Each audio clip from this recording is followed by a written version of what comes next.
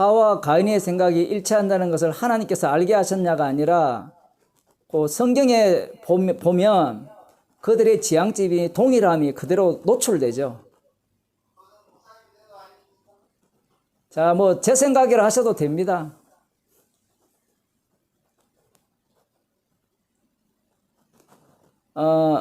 만일에 그런 식의 질문이 되어버리면 목사의 설교는 다 지 생각을 이야기하는 거죠. 그러면 뭐라고 이야기를 하죠?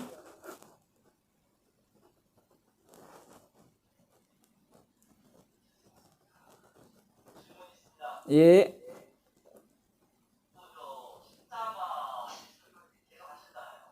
예. 예. 예.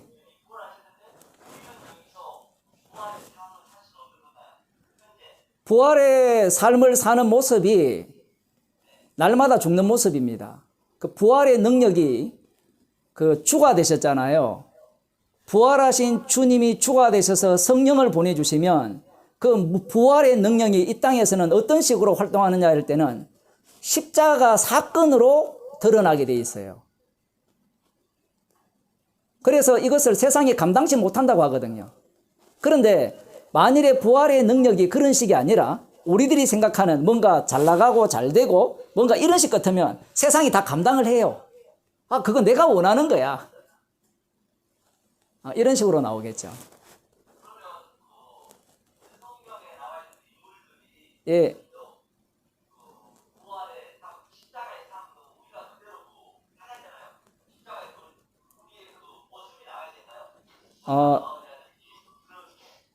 살아야 되느냐가 아니라, 예, 성령께서 우리를 그러한 삶 속으로 인도하시죠.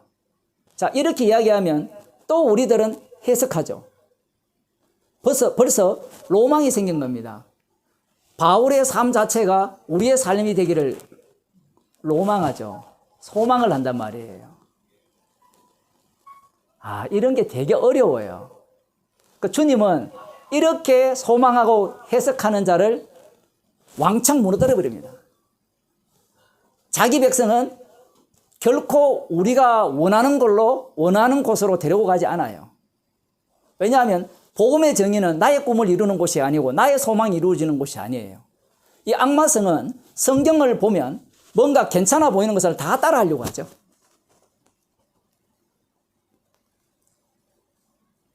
오히려 만일에 진짜 주님의 백성이라면 이럴 수도 있습니다.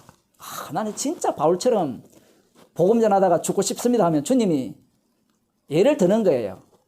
너는 평생 골프나 치다가 죽어. 이렇게 할 수도 있어요. 이 말을 아마 사람들이 이해를 못할 겁니다. 무슨 말인지. 예, 감사합니다. 진짜 감사합니다. 안다는 건 진짜 중요하죠. 그거는. 왜냐하면 주님이 남기고자 하는 것은 어린 양의 피 때문에 그래요.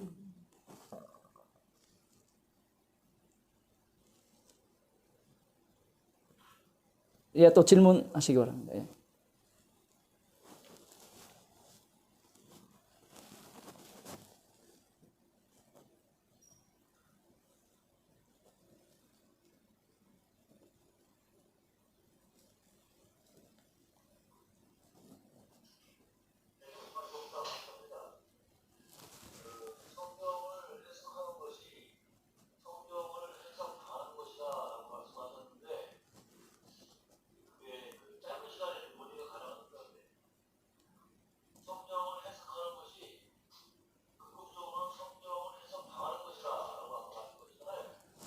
우리는 그 선악과를 먹었기 때문에 항상 성경을 해석하고 어떤 일이든지 해석을 하려고 하죠. 그죠? 누구든지 해석을 하려고 하죠. 저도 성경을 해석을 하고 있고 그 해석 자체가 성령을 받은 자에게는, 그리스도 안에 있는 자에게는 오히려 십자가에 의해서 해석당함이 됩니다. 그것은 구약부터 모든 인물들이 해석당하는 인생을 살았거든요. 간단하게 이야기하면 야곱이 하나님의 약속을 해석을 했거든요. 해석을 하고 꿈을 향해서 자기가 적용해 나갈 때 하나님이 그 해석을 해석해버리죠. 그렇게 나가는 걸 막지 않습니다. 내버려 두죠. 내버려 두면서 오히려 그 가는 것 속에서 해석을 해가지고 그 속에서 하나님의 죽음을 그대로 담아내는 겁니다. 성도에게만 해당되는 이야기죠. 성도에게만. 그 성도는 십자가와 만나게 되겠죠. 해석을 하게 되면 언제든지 예, 죄인으로 드러나고 죽어 마땅함이 말씀 속에 의해서 이렇게 늘 이렇게 밝혀지고요. 왜냐하면 우리는 말씀을 제대로 해석하면 뭔가 이게 진리가 나올 것 같지 않느냐라고 하지만 말씀에 의해서 해석당하면 죽어 마땅하다가 되죠. 성경을 해석하는 죄인. 예, 말씀을 잘 하셨네요. 예.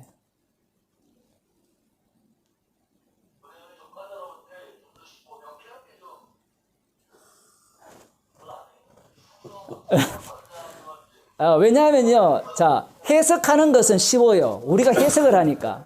근데 해석 당하는 것은 우리 쪽에서 하는 일이 아니에요. 해석 당할 경우에 이제 어떤 현상이 일어난다. 예, 해석을 당하게 되면 십자가가 눈앞에 밝혀 보이죠. 그걸 에베소서에 의하면 날마다 그리스도의 사랑의 깊이와 넓이와 높이를 알아가죠. 그 깊이가 더 깊어지는 겁니다. 사랑이 더 깊어지고.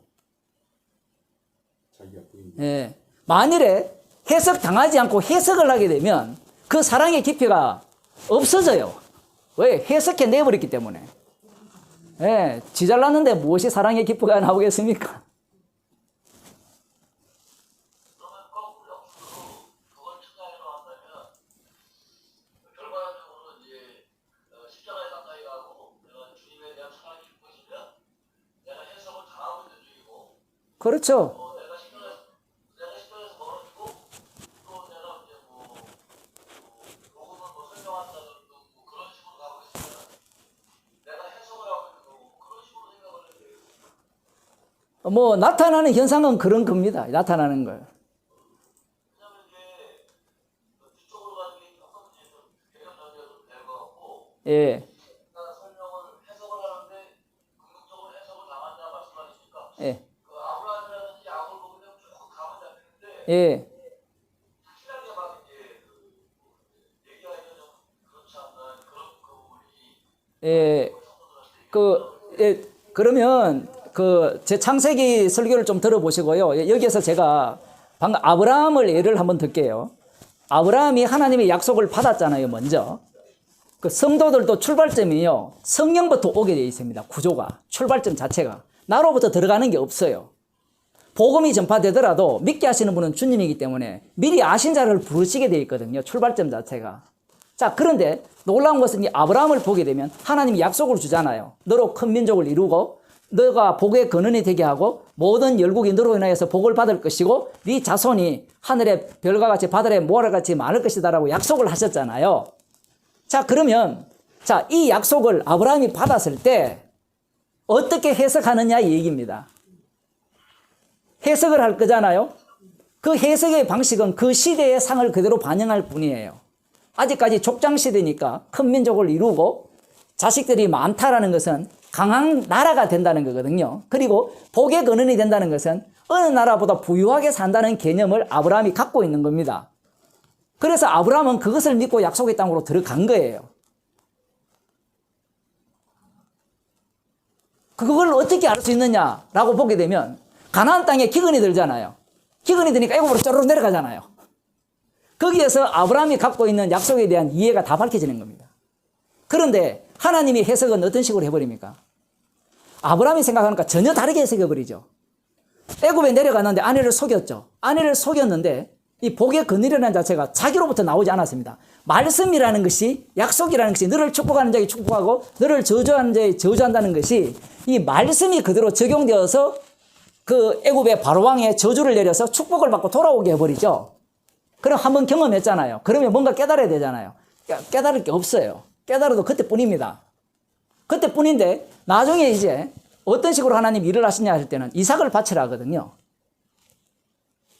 이건 말이 안 되는 거거든요. 100세 때 얻은 아들을, 이건 약속의 자손이잖아요. 얘를 죽이면 어떻게 돼요?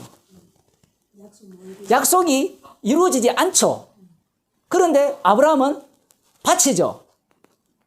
그러면 우리는 여기에서 무엇을 생각할 수 있는가 하면 아브라함이 순종했다 들어가잖아요. 아브라함이 순종할 능력이 있을까요? 없죠. 주께서 그렇게 하신 겁니다. 그 속에 아브라함이 합류당하는 거예요.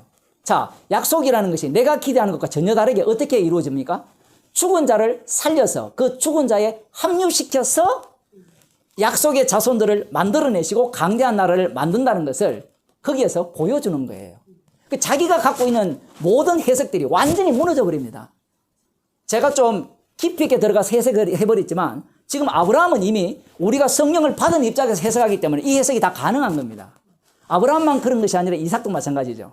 야곱도 마찬가지고. 그 이삭 같은 경우에도 분명히 큰 자가 어린 자를 섬기라 했잖아요. 그러면 여러분 같으면 이삭처럼 에서에게 장자권을 주려고 할까요? 야곱에게 주려고 할까요? 한번 생각해 보세요. 아마 성경을 진짜 그 본문을 갖고 한 10시간 묵상한 사람은요, 고민이 엄청 될 겁니다. 이삭이 바보도 아니잖아요. 예? 아니, 초등학생이라도 큰 자가 어린 자를 섬긴다 했으면 당연히 둘째 나온 그 야곱이 장자권 받아야 되잖아요. 그렇지 않나요? 여러분, 안 그래요? 분명히 하나님께서 음성을 주셨잖아요. 그러면 음성을 어떻게 해석했느냐가 문제가 되는 거예요. 리브가의 해석과 이사의 해석이 달라요. 취향대로 해석하죠. 자, 큰 자가 어린 자를 섬기느냐 했으니까 이삭의 입장은 뭐예요? 그래, 야곱 네가 장자권을 받고 섬겨라. 어때요, 해석이? 장자권은 네가 받고, 예서 네가 받고 동생 야곱을 섬겨라. 이 해석은 어때요? 가능합니까? 불가능합니까? 이런 생각 안 해봤어요.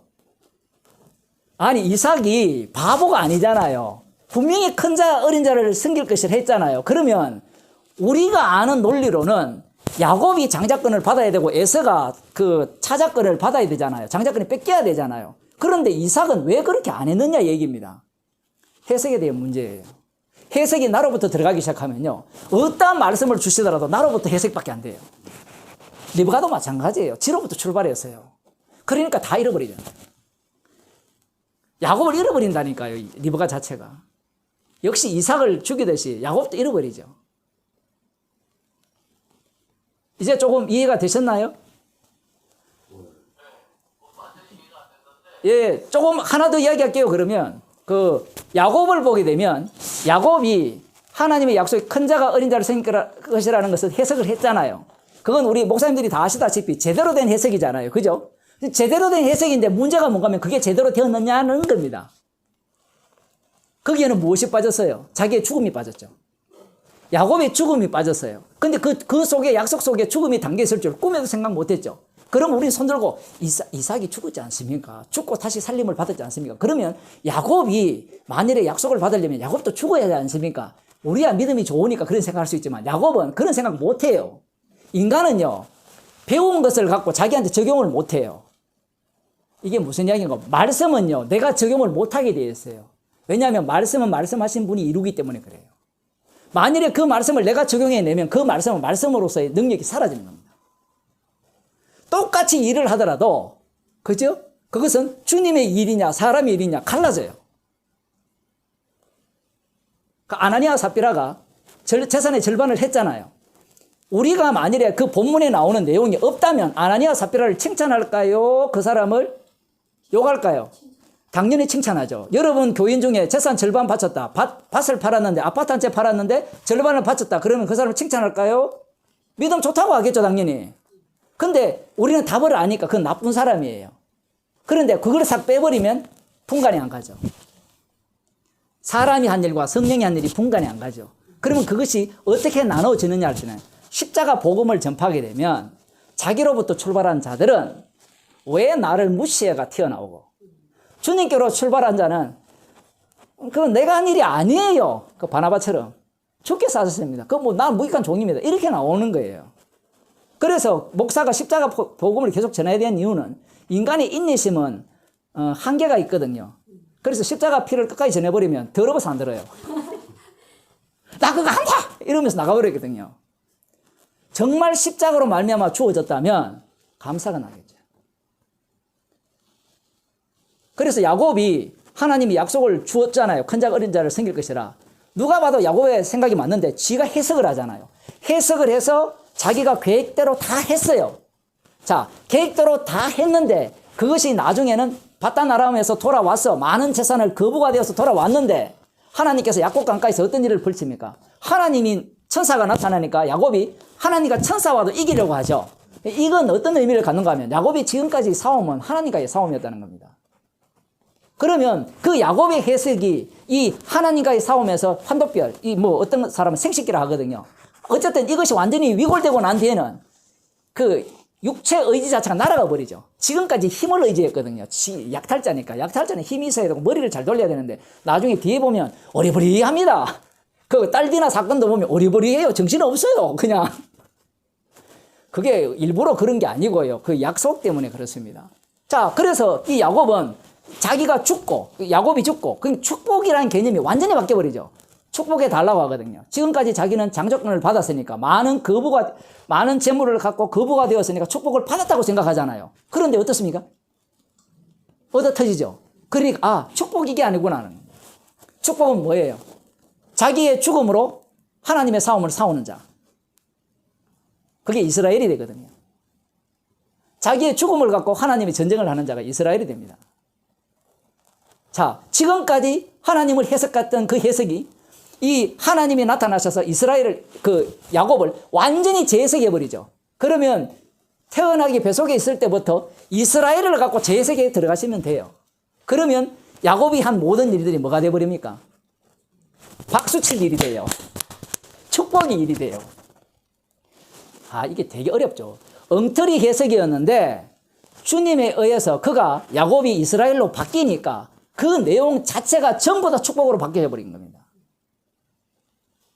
여기는 무엇이 담겨 있어요? 야곱의 죽음이 담겨 있으니까 그가 속이고 아버지를 속이고 그렇게 뭐 팥죽 한 그릇으로 형을 이렇게 해가지고 그 장자권을 이렇게 뺏은 거래를 한 이 모든 것들이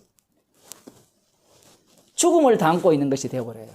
주님이 그렇게 처리를 해주는 겁니다. 그래서 야곱의 해석과 하나님의 해석이 충돌이 일어났죠. 여기에는 무엇이 항상 담깁니까? 야곱의 죽음이 담기죠. 야곱의 죽음만 담깁니까? 아니죠. 여호와 하나님의 죽음이 함께 담기죠. 나중에 이게 이스라엘이 됩니다. 쉽게 한다고 했는데 더 어려워졌을지 모르겠습니다. 네.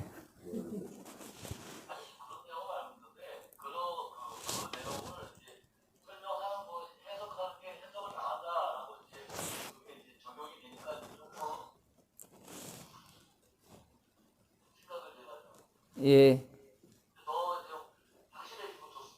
아, 예, 감사합니다. 예. 질문 하나 더 하겠습니다. 예. 처음 시작하실 때 한국 번양에 대해서 우리가 영향을 위하여 보고 성경을 참고하고 하신 말씀에 대해서 그렇게 생각이 안 나오고 있어요. 예.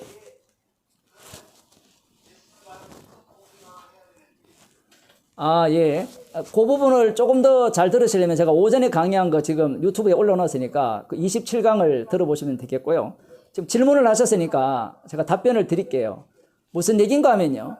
예수님은 영이시기 때문에 그들의 마음을 꿰뚫고 계세요.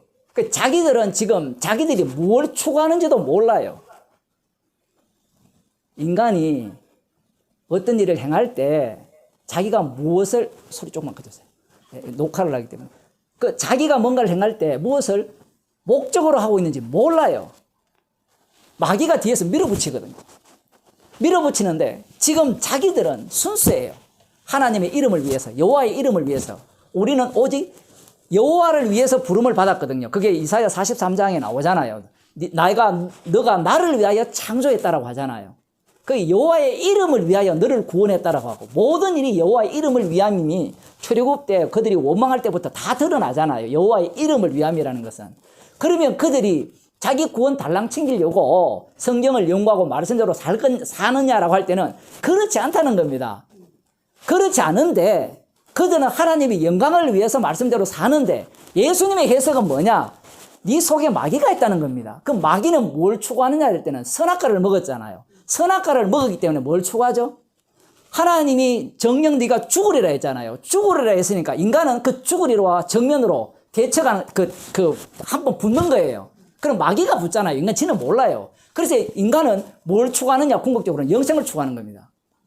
네가 죽였지? 그래, 죽였는가 한번 보자. 나는 영생을 얻겠다. 그 속마음을 예수님이 꿰뚫어 보고 계신 거예요. 그래서 좀 더 깊이 들어가면 결국은 나오는 게 뭐냐면 결국은 자기를 위한 영생. 그래서 아까 제가 우상숭배부터 시작해서 모든 게 자기를 위한 것이 되어버리죠.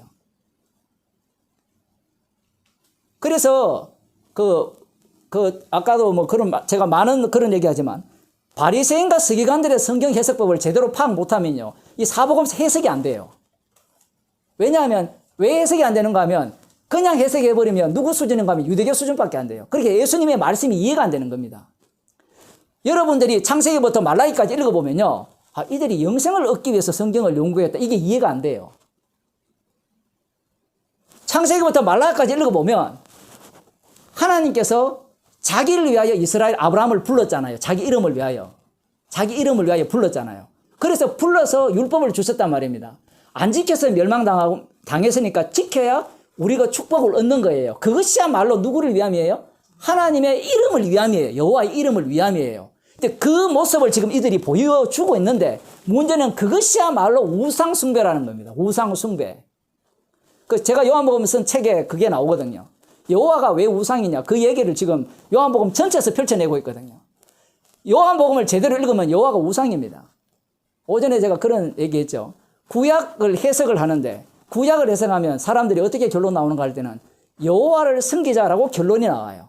그건 유대교죠. 그래서 어떤 목사님이 제 책을 보더만 집어 던졌다고요. 왜? 여호와가 우상이라고 하니까 짜증나는 거예요.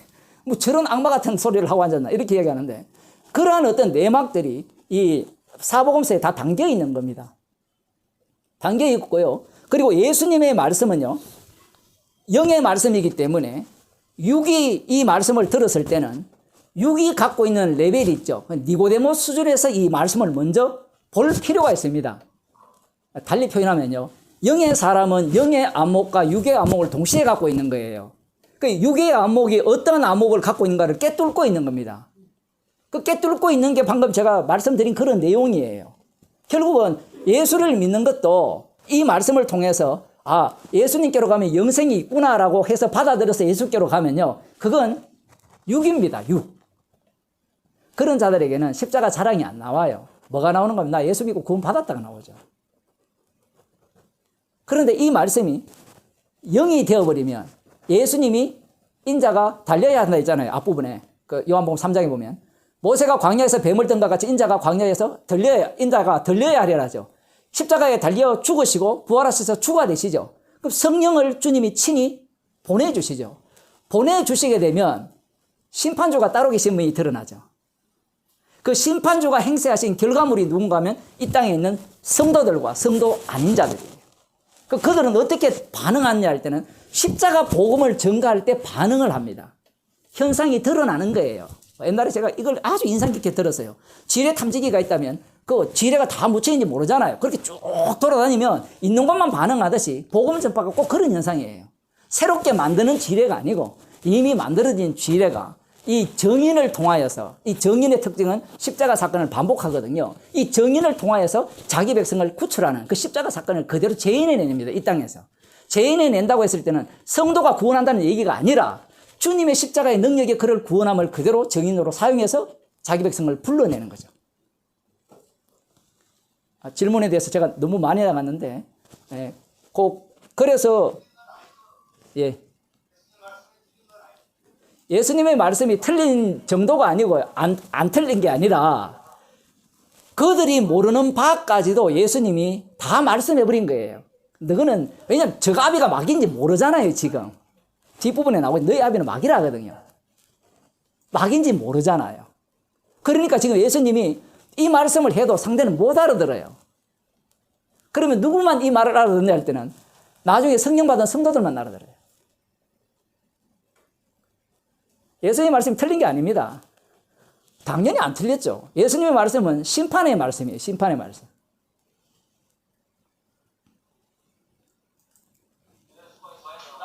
예, 감사합니다. 네, 기도하고 마치겠습니다. 그러면요. 예. 하나님 아버지, 날마다 십자가의 능력이 우리를 해석하시고 십자가의 능력 속으로 우리들을 몰아 넣어 주셔서 십자가 피 외에는 자랑할 것이 없는 인생으로 저희들을 살게 하여 주옵소서. 주님이 십자가에서 다 이루심을 저희들이 믿는 자가 되게 하여 주옵소서. 예수님 이름으로 기도드리옵나이다. 아멘.